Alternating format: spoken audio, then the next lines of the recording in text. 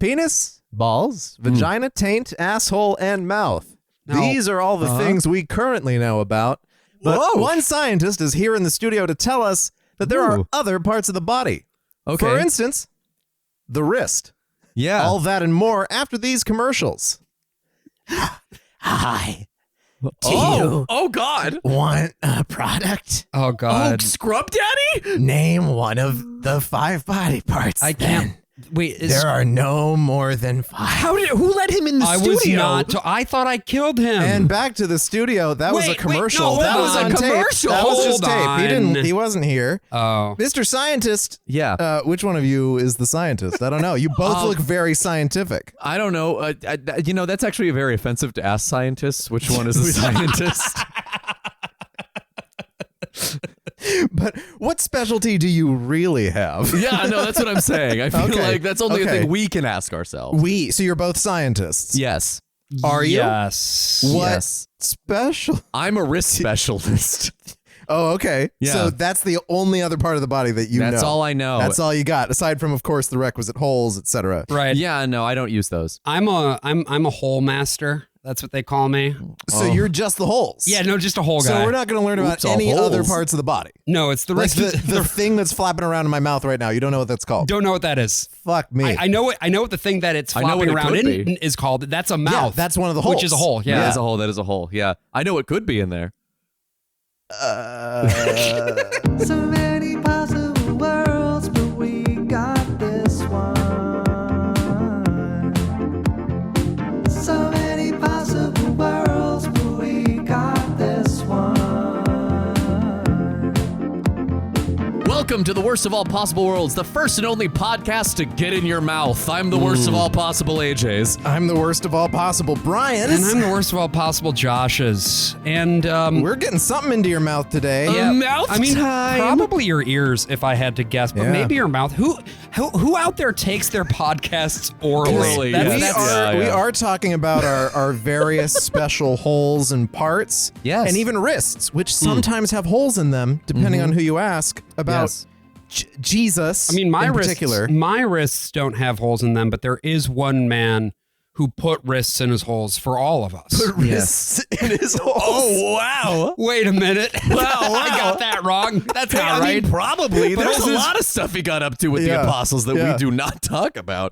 Wow, the fisting. Wristing. Who do you think was the best wrister amongst the apostles? I think it was James You the can't Less. be a wrister without being a fister, right? Unless Yeah, you're not missing Not with the that hands. fucking attitude. Oh, I mean, God. we're talking about going in. All of my palm fisters become my wristers at the table.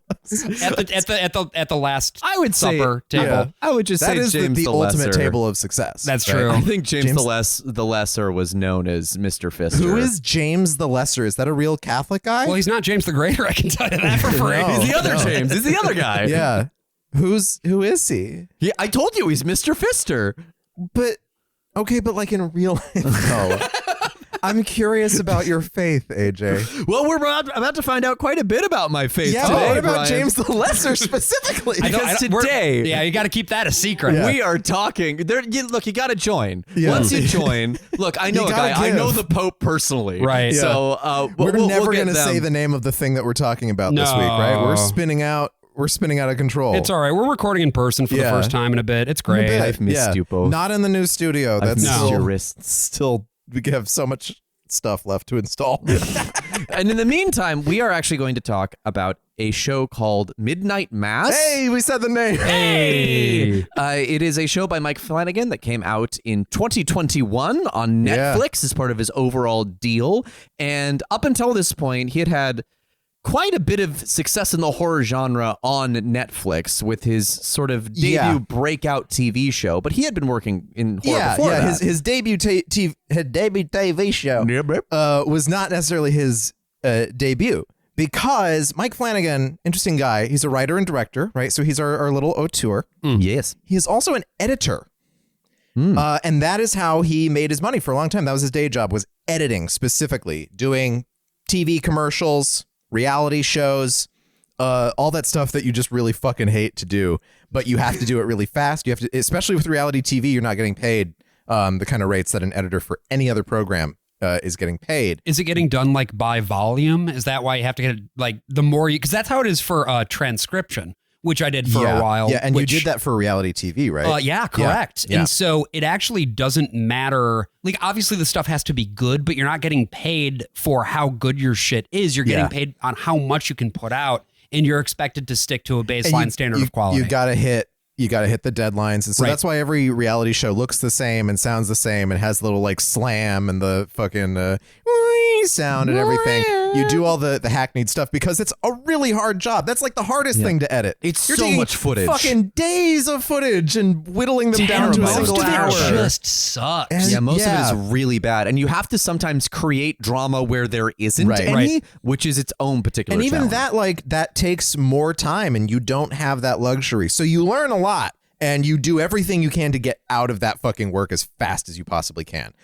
Nobody working in reality television is having a good time. So Mike Flanagan is this guy who was kind of born at the exact era to end up getting stuck in the old slop industry of reality network television and cable television. Sure. Because he's born in 1978. He was in a Coast Guard family. He was born in Massachusetts, but he spent a lot of his childhood here in New York. You know where? No. Where? You know where the Coast Guard lived? Where Governor's Coast Guard Island. families lived? Governor's fucking Island. Oh, fuck. That's so For cool. people who don't know, Governor's Island is this weird little island kind of off of Manhattan and Brooklyn that no one lives on. Yeah, I think there's like 2 people who live there now. But Who are like specifically like caretakers. And it's basically only open for the summer. I did an immersive show there once in one of the houses. It could have even been the house that Mike Flanagan lived in. Who knows? But it was a Coast Guard installation most recently up until like 2005 or something. Yeah, and I think they still do a lot of Coast Guard stuff there. I Yes. think like if you're at the Coast Guard school, you're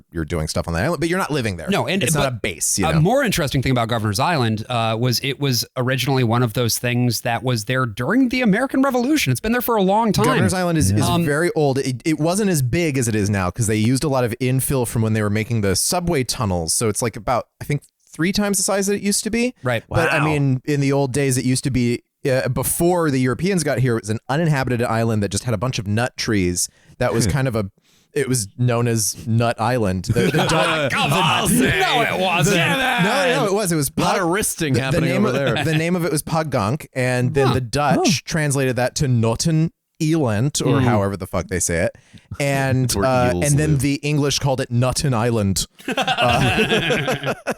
Whole lot of nothing goes on over there. I think the thing that's worth noting about Governor's Island in terms of living there, tight-knit insular community. Yeah. Not very many people living not there. very many people at all. Maybe a couple hundred tops. Yeah. Really, really interesting place. It's kind of a joke on The Simpsons when they go there that Marge is really excited to see Governor's Island of all things, but I am totally Marge Simpson. Governor's Island is fucking awesome. If you ever visit New York during the warmer months, you should go and see it. Yeah. But I saw the eclipse there. It's a really great place to watch the eclipse. Yeah. so he grew up not only in a Coast Guard family, but in a Catholic family. And he says he comes from his quote here, a long line of drunken Irishmen. And dealt a lot with alcoholism in his family. Very, very devout Catholic, like went to church all the time and was so devout, but maybe not a good Catholic in this regard, that when he became an adult, he decided, he was like 21 or something like this, to read the Bible. Yeah, no, I have a exact quote here. He wrote a guest article for Bloody Disgusting called The Deeply Personal Horror of Midnight Mass. And this is his exact quote. It occurred to me that I'd never actually read the Bible. I'd simply had portions of it read to me every week at church or select readings assigned and discussed at school. But I'd never read the book itself. I decided to remedy that. I decided to look for God. And through this, he not only read the Bible, he started reading everything. Like he started going deep into the Torah, and he started reading the Quran, and like he started reading Carl Sagan, Dawkins, Sam Harris. Sam Harris, yes. Letter to a Christian Nation is mentioned here. Yeah. Sorry, he was reading all of these different holy texts. Yeah. After having grown up Catholic, and then realized that he maybe didn't believe in any of these things. Is this what I'm hearing? Yeah. Basically. Yes. In fact, he found more God in Sagan than he did in the Bible. What is if what he says. That's so interesting. I wonder if there is a way that experience, could be reflected in a piece of media, perhaps. I don't think it's possible. Oh, okay. No, that'd be too much. It would, That would be like discovering a 12th body part. We've only got 11 so far. It's a very like skin of our teeth kind of joke. It's very Thornton Wilder. Look, we in the wrist I'm inventing business, new letters. We're on the wrist. We in the wrist business are discovering some wonderful things about the foot, and we're gonna get back to you. What's a foot? It's a wrist. It's like a wrist of the leg. Oh. What's a leg? Oh no! He starts to unpack all of this stuff, right? He becomes an editor, and he has this sort of these religious epiphanies along the way, and that he is in fact an atheist. He's just sort of working. He's working. He's figuring himself out and drinking a lot. His career starts to really take off once we get to the 2010s. He hits his stride, especially in 2016, where 3 of his movies come out in that same year. Holy shit. One of them is the sequel to Ouija. Yes. Which people actually really like. I think a lot of people like it more than the first movie. I haven't seen them. Ouija 2, The Legend of Curly's Gold, right? Yes. Okay. Yes. The other 2 movies that come out this year are Before I Wake and a movie called Hush, which is about this deaf woman who, it's a home invasion movie, sort of like Wait Until Dark, but you switch the disabilities around. Apparently, while they were writing that, it was him and his girlfriend at the time, now wife, Kate Siegel, and they originally wrote it for their house. So they would like stage things around the house and like appear out of windows to like make sure it all worked logistically. And then they couldn't find a house that looked enough like their house, so they had to completely rewrite it once they got inside the new house. He's got a couple of Stephen King adaptations in his pocket now. He did Gerald's Game and Dr. Sleep. I don't know. You guys haven't seen Dr. Sleep, right? No. I don't like that movie. So Dr. Sleep is a sequel to The Shining. The movie adaptation of The Shining, of course, Stephen King very famously hated it, and it's a very different ending than the book. Yes. So when Jack Torrance dies, for example. So when Mike Flanagan adapted, well, Jack Torrance dies in both of them. Oh, really? I thought he lived in the other one. No, he just becomes a good guy again, and then he dies. And then he dies. Okay. The whole hotel explodes. And he's with inside him of in it. Okay, Yeah. And he's like, I'm going to protect my family now. Yeah. That's how the opera ends. So the what? The opera. When it came time to make this movie adaptation, Mike Flanagan was like, well, I have to reference the movie. Like, there's no way I can It's just impossible not to do that. And he basically just works the ending of the book, The Shining, into the ending of the movie, Dr. Sleep. I don't like this movie. Anyway, so these movies are somewhat well liked by a lot of people. He has a certain, in the same way that he has a stable of actors that he comes back to for everything that he does. Yeah, nice little He has a repertoire. stable of real dedicated fans. There are people who just really like the whole Mike Flanagan approach, and more power to him.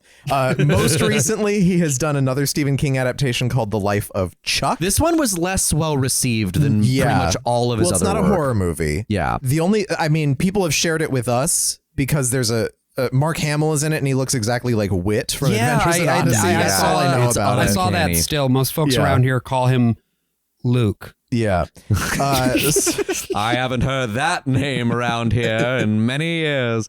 What is that an impression of? Is that an impression of Mark Hamill? This is not the impression you're looking for.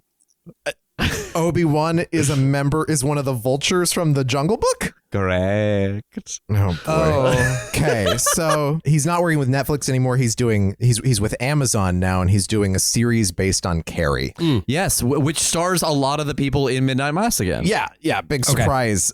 So he gets a Netflix deal in 2018. Well, he gets the Netflix deal before that, but the first thing that comes out is in 2018, and that is The Haunting of Hill House, based on the Shirley Jackson novel. Yes. It's a very free adaptation of it. Sort of taking the basic idea of some siblings struggling with their life after the horrific events at a haunted house, and sort of drawing in some of the stories of like the kids who lived through the whole Amityville thing, and a lot of meditations on like death and trauma and suicide and just all these other ideas.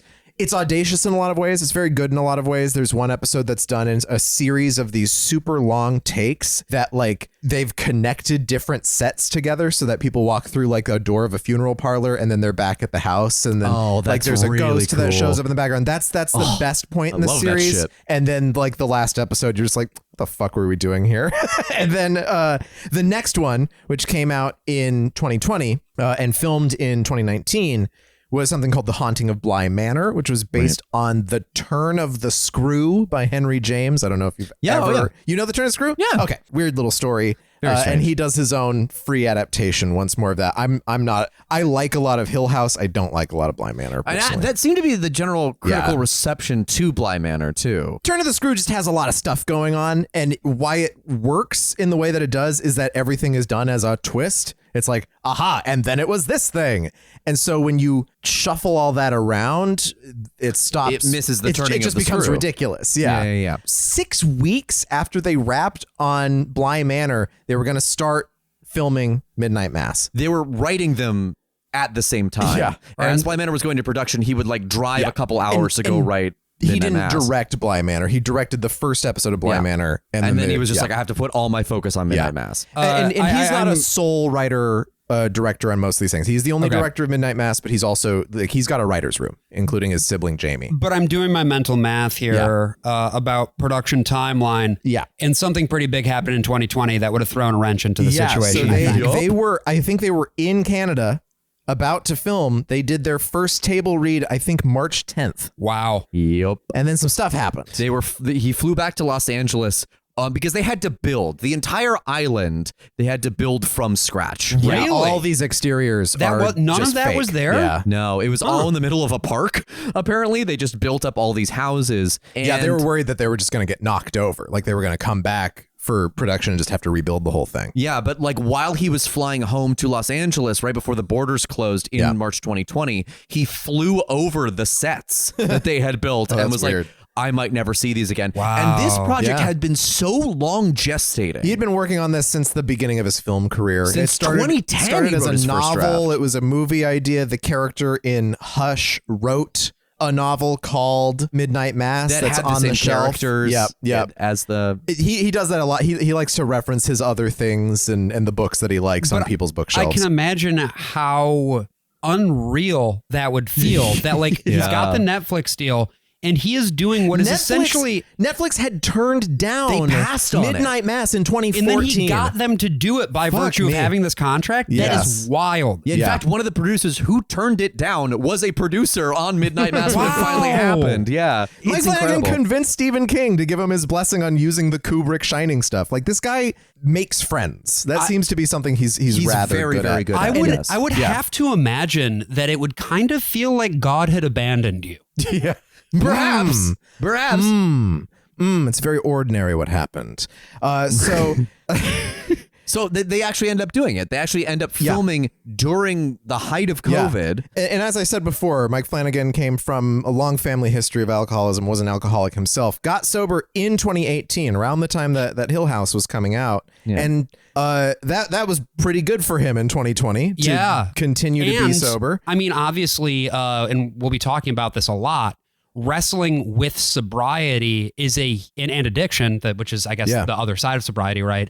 Is a huge theme in this show. Yeah. And so I can't begin to imagine what it would have, and I think it's actually some of the strongest material in the show. So I can't begin to imagine what a version of this would have been like had he not gotten sober. Well, you don't have to wonder, because the first drafts of this thing, the earlier versions of this thing, he wrote them while he was still an alcoholic. Oh. Right. Well, I mean, you know what I mean? Like, he was still drinking at the time. Yeah. Right. And he talks about this a lot in that guest article where he's like, I was writing things that I could not understand were about me until after I'd gotten sober. That's the thing about horror, right? It takes all the horrible stuff that's inside of us and makes it manifest in front of us so we can reckon with it, right? And for him, it wasn't that he was going to drink himself to death. It was that he was going to drink somebody else to death. That was going to kill somebody. And then have to live. They get to this shoot, speaking of like the potentially fatal consequences of doing this sort of thing. Yes. You know, they're in Vancouver, British Columbia, right? Canada is handling things a little bit better than the United States is. Absolutely. To put it mildly. So they're able to get production up and running again.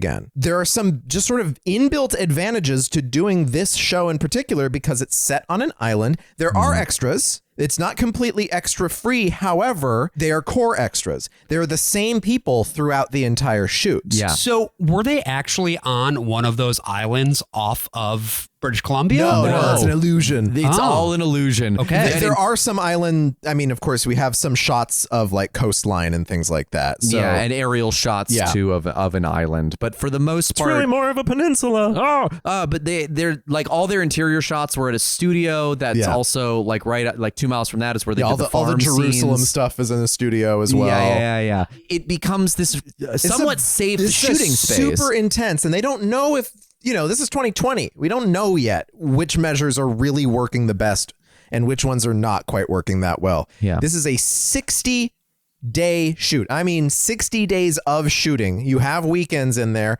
This shoots from like the end of August or middle of August until December. Yeah, it's a long shoot. It's really long. So Zach Gilford, during production, his first child is born.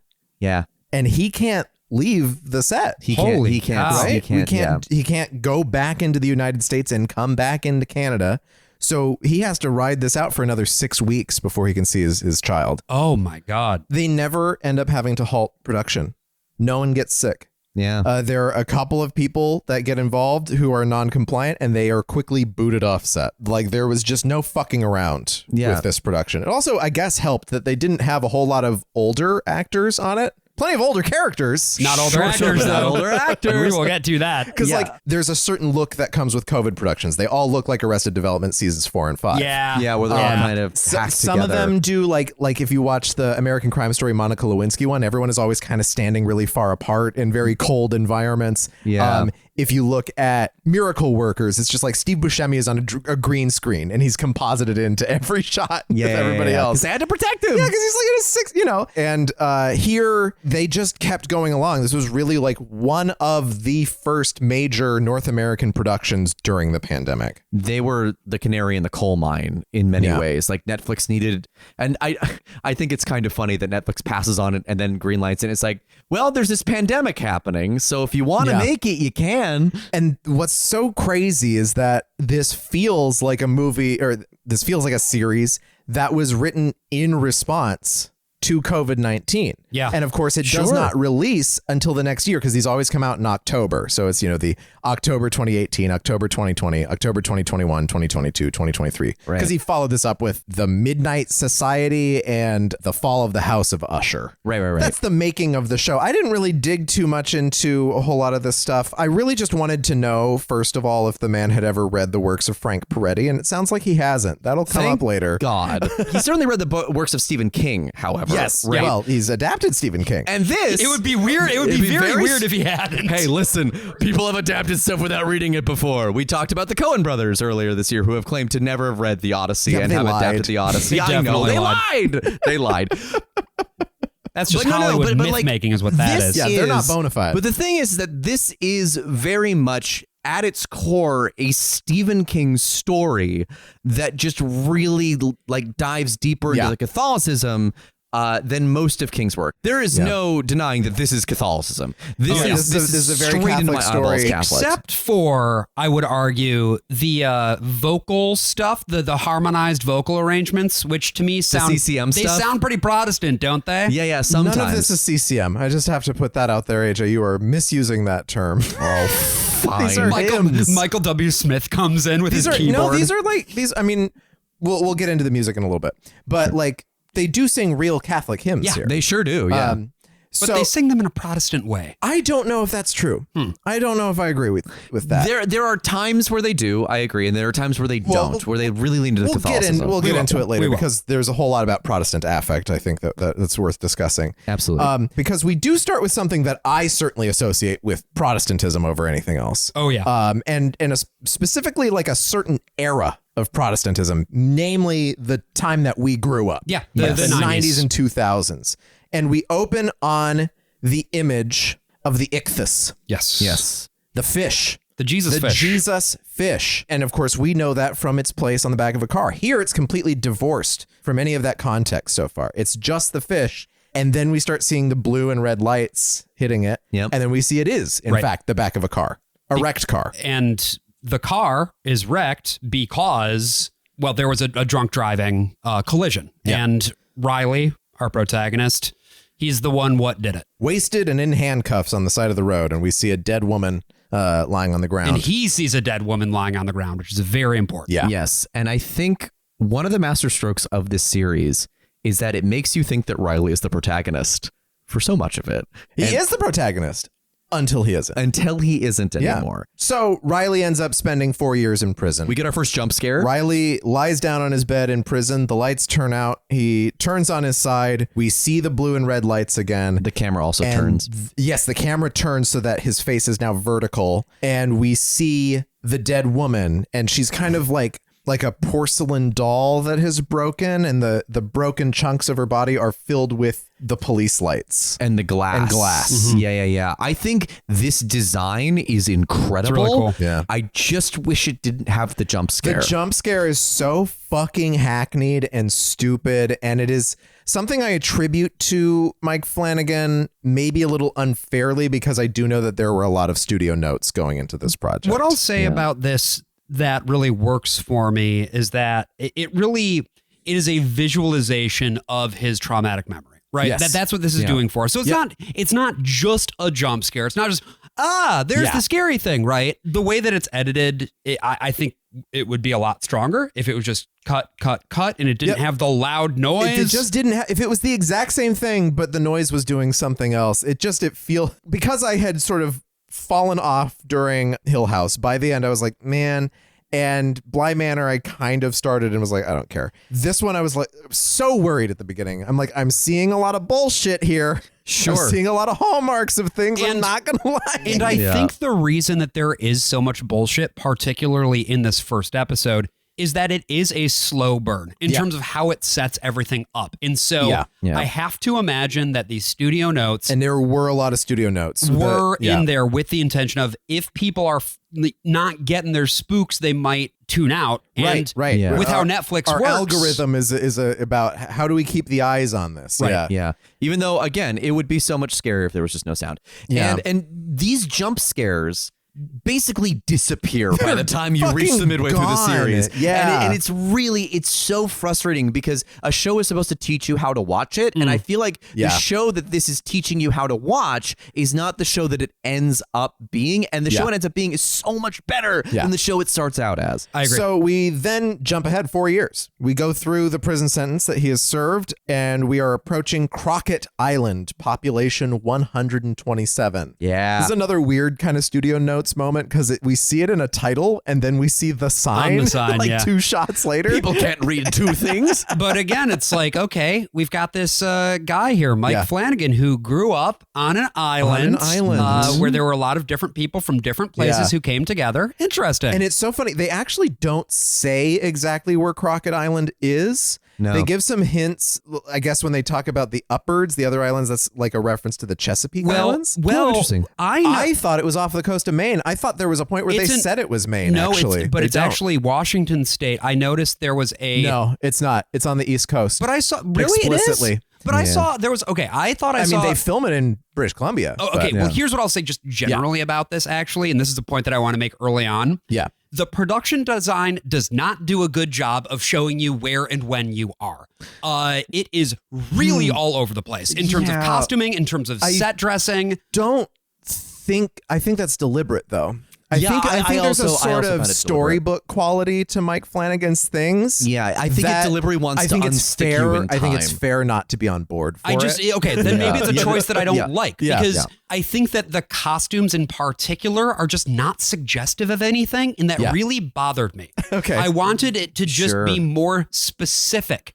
And in general, everything to do with the set and costuming lacked specificity, I thought. I would argue, except for the robes in the Catholic masses themselves and the color coordination that happens there. They do some really fucking cool tricks with that. But yeah, you're right. People kind of dress like it could be 1950s New England or 2010s Oregon. Yeah. Like it's all over the place. And again, I think it's a totally deliberate thing. It starts to become a problem later on in the show when they bring computers and cell phones into it. Yeah. Because that always lends a very specific time to things. The cell phone thing too becomes kind of a plot point later on, and that's odd too because we see the first calls we see are on landlines. On landlines, exactly. And so it's clearly some people don't have cell phones.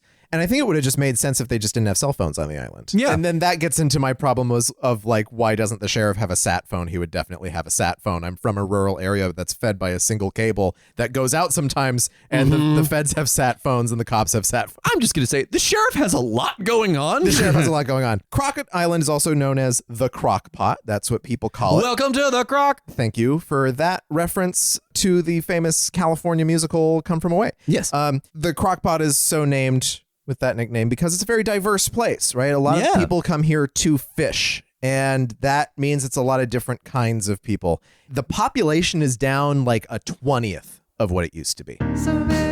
Hey there, you are listening to a preview of a premium episode of The Worst of All Possible Worlds. If you'd like to listen to the rest of this, head on over to our Patreon. That's patreon.com/worstofall. And you can listen to not only the rest of this episode, but our entire backlog of premium episodes, bonus episodes, and if you subscribe at the $10 tier, you will get an extra episode of the podcast every single month. Again, that is patreon.com/worstofall. Hope to see you there.